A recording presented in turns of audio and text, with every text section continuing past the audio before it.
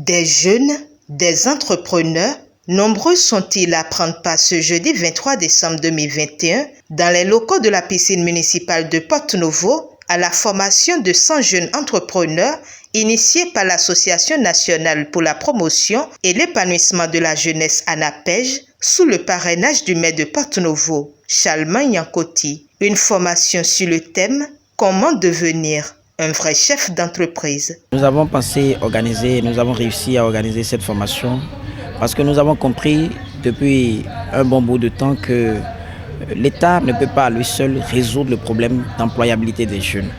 Et également pour le réel développement de notre nation, nous avons besoin que plusieurs entreprises soient créées.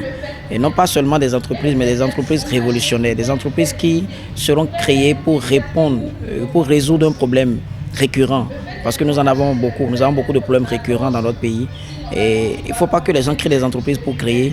Nous avons initié la formation autour de la thématique comment devenir un vrai chef d'entreprise pour entretenir ceux qui pensent aller vers l'entrepreneuriat.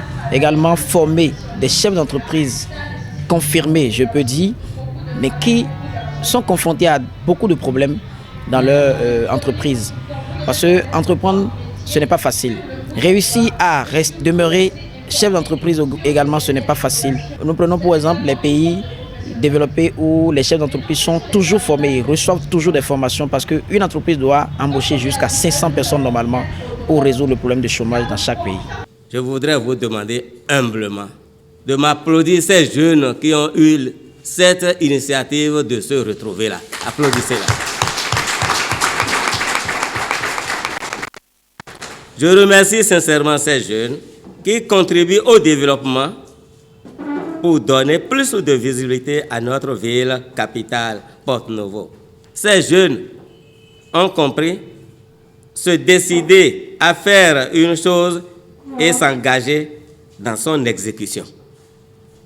Ces jeunes qui ont pour objectif d'orienter la jeunesse vers l'entrepreneuriat, vu que l'État ne peut à lui seul résoudre les problèmes de l'employabilité des jeunes. Au cours de cette formation, ces jeunes ont été entretenus sur les rudiments, les notions pour être un entrepreneur confirmé. En tant qu'aîné, notre responsabilité est d'accompagner ces jeunes qui sont dans l'esprit entrepreneurial à se faire d'abord confiance.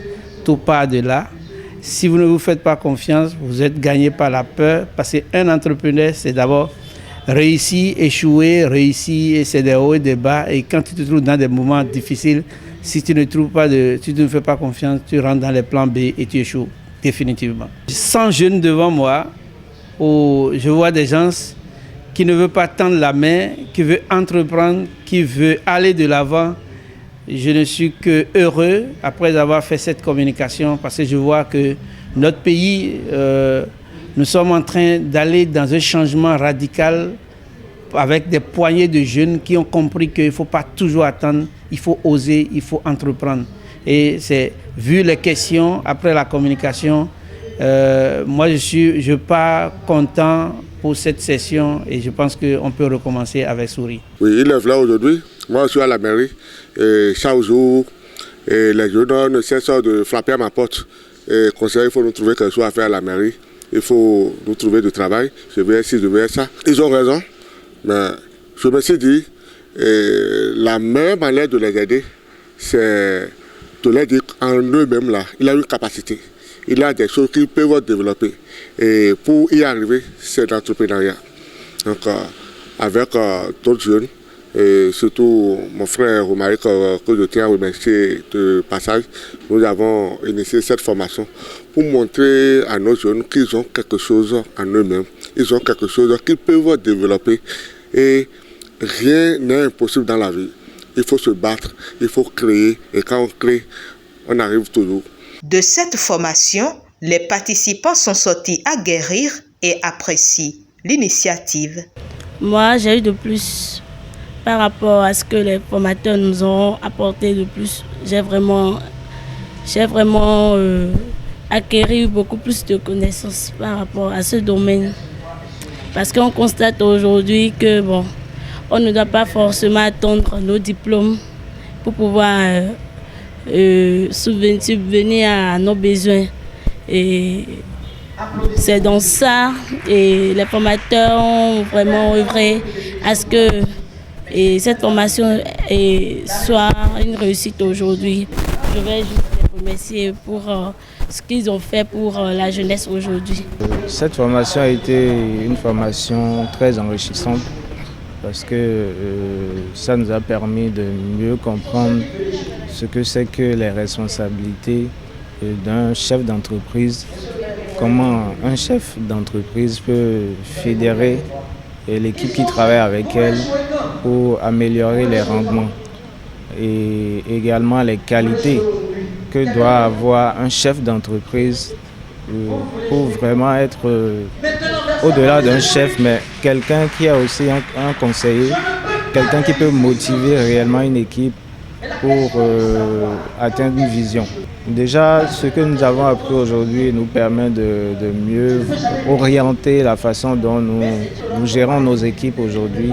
Comment est-ce que nous pouvons également associer la vie entrepreneuriale et la vie extra-professionnelle. C'est d'ailleurs le moment pour moi de remercier l'Association nationale pour la promotion et l'épanouissement de la jeunesse, ainsi que le parrainage de son Excellence M. Nyankoti le maire. L'intérêt suscité par la formation a réjoui les organisateurs qui annoncent les perspectives. Et désormais, nous n'allons plus manquer de former les chefs d'entreprise, nous n'allons plus manquer de donner le goût d'entrepreneuriat à ceux qui désirent aller vers l'entrepreneuriat. Nous irons jusqu'à motiver les investisseurs à accompagner de vrais projets, des projets révolutionnaires. C'est de pérenniser l'organisation, de pérenniser cela, afin que ceux qui n'ont pas eu la chance de prendre part à cette première formation puissent avoir d'autres formations. Et ceux-là également qui ont suivi la première formation seront davantage entretenus. Nous sommes en train de faire ce plaidoyer pour qu'un programme que la mairie de Porto-Novo avait depuis fort longtemps revienne. C'est un programme où les élèves viennent partager leur expérience avec les jeunes. Et également, ils apprennent de ces expériences pour pouvoir mieux se lancer dans le monde entrepreneurial. Ce n'est donc que le début d'un vaste projet et l'ANAPEJ compte bien poursuivre ses actions pour l'atteinte de ses objectifs.